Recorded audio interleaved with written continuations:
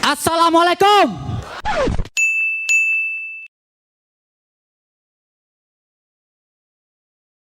Bang Solihin jualan kiwi. Berangkat nih ketemu Memedi. Yeah. Kenalin gua David anak Betawi. Bawain keresahan Jakarta lewat stand up komedi. Yeah. Beneran di showbiz Betawi mah gua sulit banget menggeser dominasi ondel-ondel. Ondel-ondel udah jadi brand ambasador Jakarta sejak 1966. Masa lo saban ulang tahun Jakarta, terkenal apapun gue jadi komik Betawi, kagak pernah dipanggil ulang tahun Jakarta. Yang dicari pertama siapa? Ondel-ondel. Nah nomor 2 baru, Lenong. Nah tenang, nomor 3, kerak telur. Gak pernah dipanggil. Lagian ya Allah kalau ada orang nelpon nih saban ulang tahun Jakarta, Assalamualaikum bang, ayo butuh ondel-ondel nih. Nah ondel-ondel abis, David mau David. Kalau cuma joget mah bisa dia.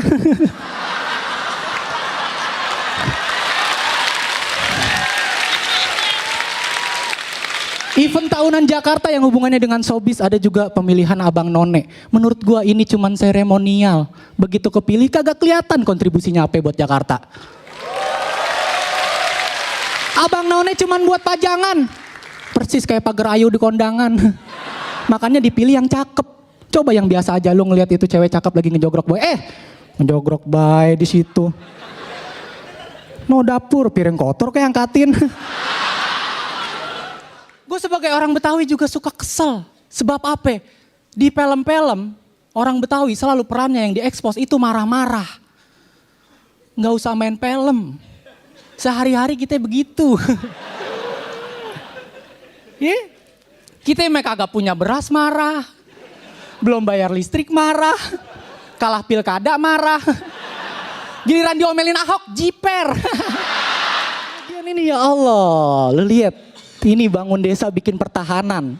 Lian, mohon maaf nih, lu bangun-bangun udah izin RT RW. Lagian kalau orang Betawi bikin begini-ginian, ya Allah Pak pengalaman. Cuman kita mah pertahanan dari luar aman, dari dalam. Keluarga sendiri. Desa mana nyerang juga kita tahan. Keluarga berebut warisan hancur. Ngomongin transportasi khususnya di Jakarta. Orang Betawi punya peran penting. Jaga parkir. Anak Betawi digusur nyengir. Iya, banyak apartemen tanah kita digusur. Gue sebel sama apartemen sebab apa? Kita nyesel jual tanah buat apartemen. Kenapa? Itu tanah dijual per meter persegi. Ngapa dibangunnya per meter kubik sama tingginya? Ngomongin Betawi erat banget sama yang namanya hajatan. Di Betawi itu ada 3 musim yang bikin heboh. Musim rambutan, musim duren, sama musim kondangan. Kita doyan hajatan, sebab apa? Kita punya prinsip yang keren. Biar tekor asal kesohor. Kagak peduli, kagak punya duit, yang penting hajatan boleh ngutang masa bodoh. Sebabnya apa? Tradisi kita kalau hajatan kita suka masang petasan. Supaya apa? Pamer. Biar semua orang tahu kita lagi buang-buang duit. Ngomongin tradisi hajatan juga erat juga sama yang namanya sunatan. Wah, gue mau ngomongin tradisi Betawi. Di Betawi ini ada tradisi unik namanya sunat bengkong. Gua korbannya. Sunat bengkong itu unik. Kita kagak dibius. Diajak ngobrol. Pas ngeliat bawah tahu-tahu punya kita tinggal separuh. Metode pengalihan isu. Betawi mah mohon maaf, bukan kita kagak mau dandan. Laki bini di rumah sering berantem gara-gara dandan. Coba lakinya tadinya kagak rapi, rapi sedikit bininya nyap-nyap.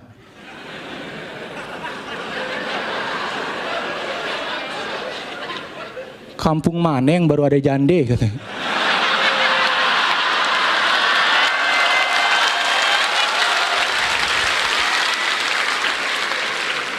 Nyisir dikit bininya nyap-nyap nyanyi. Biasanya tak pakai minyak wangi. Lakinya marah. Lu nyanyi. Kagak joget-joget dong. Biasanya tak pakai minyak wangi. Di Betawi kalau ngomongin kesehatan, Masya Allah kagak lepas dari yang namanya penyakit aneh. Cara ngobatinnya ekstrim, karena kita masih percaya sama hal goib. Di Betawi ada yang namanya penyakit kaget. Tuh lu aja kaget kan? Ada penyakit kaget, gejalanya demam tinggi, ngomong ngigo, terus ngaco kalau ngomong. Ini mirip gejala koruptor ini. Cara ngobatinnya disembur pakai air. Ini emang mirip gejala kesurupan. Kemarin kita pernah nanganin orang kesurupan. Kesurupan biasanya kita pencet kakinya, kita suruh ngaku. Siapa lo? Lo nyuruh gua ngaku-ngaku siapa? Bikinin gua kopi dulu sama rokok. Buruan. Manusia disuruh bikin kopi sama rokok sama setan. Lu siapa yang ngaku, lu siapa? Pit, Masya Allah Pit, masa lu kagak ada suka suara bokap lu ini? Bokap lu minta rokok sama kopi, masa lu kagak ngeh? Ternyata bokap gue yang masuk. Masya Allah, iya itu Betawi mau penyakitan bener, kita orang ngomongnya bilangnya cikaan, gampang bener sakit. Ada yang namanya penyakit bengek. Kalau dalam kedokteran mah ini namanya asma. Masya Allah, tetangga kita ada yang asma, kalau dia lagi ngobrol mirip kucing berantem. Timpa itu Pit, orang itu nya. Timpa.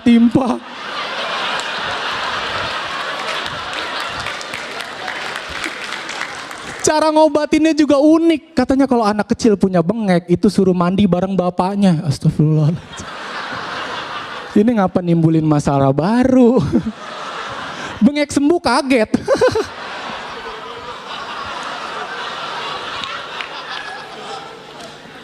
Tapi penyakit Betawi biasanya tuh patah tulang apa-apa selalu ada pantangan, betul kagak? Kita kagak boleh makan ini, kagak boleh makan itu, nggak boleh makan daging, kagak boleh makan ayam. Nih, kemarin gue patah tulang dikasih ini. Daging, ayam, duren. Masya Allah ini makanan mahal semua. Ya Allah Pak, kalau pantangannya begini Pak, boro-boro kita lagi sakit, sehat juga jarang makan.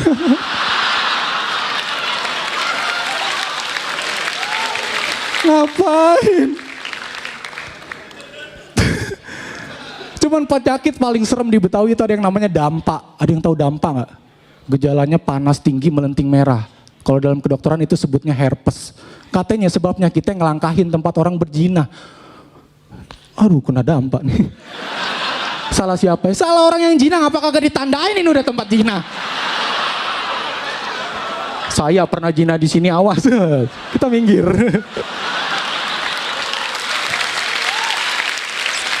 Ngobatinnya susah bener Pak, beneran. Kita suruh diolesin lumpur comberan. Ini satu-satunya penyakit yang cara ngobatinnya nimbulin penyakit baru. Dampak sembuh diare.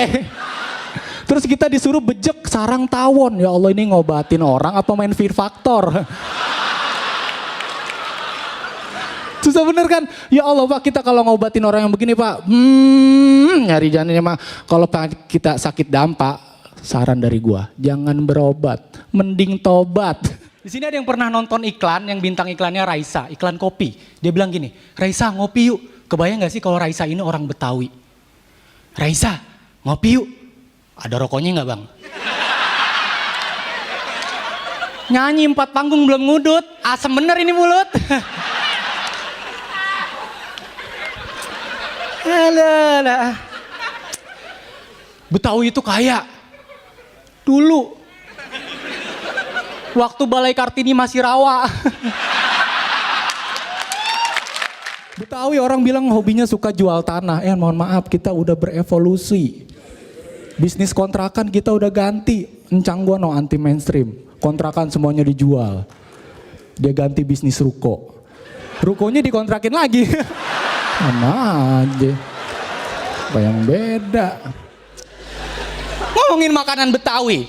Beberapa nama makanan Betawi itu kagak konsisten. Kagak sesuai sama kepribadiannya. Ada yang tahu kue satu? Nih lihat. Namanya kue satu. Tapi dia di situ setoples.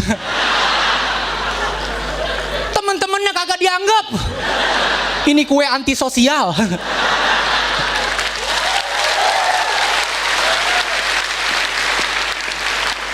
Ada lagi kembang goyang. Nih. Ini makanan munafik.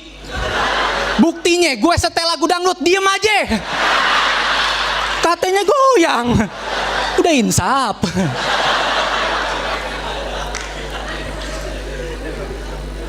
Gak cuma ngasih nama makanan yang ribet, ngasih nama orang juga sekate-kate. Gue pernah dikerjain sama nyai gue, diajak ke kuburan engkong gue. Pit, cari kuburan lu, yang mananya? Astagfirullahaladzim. Cari kuburan engkong lu, yang mananya? Mati gue ya. Cari kuburan engkong lu, yang mananya? Cari aja yang panjang. Kita disuruh ngukur kuburan atu-atu. Mana kagak bawa meteran. Lama gue cari pas ketemu, Panjang bin Risan. Namanya panjang.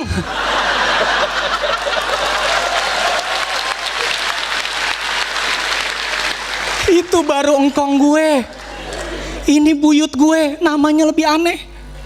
Namanya Haji Ijo. IJO. Yang ada di otak gue ketika muncul nama Haji Ijo, itu hulek pakai peci.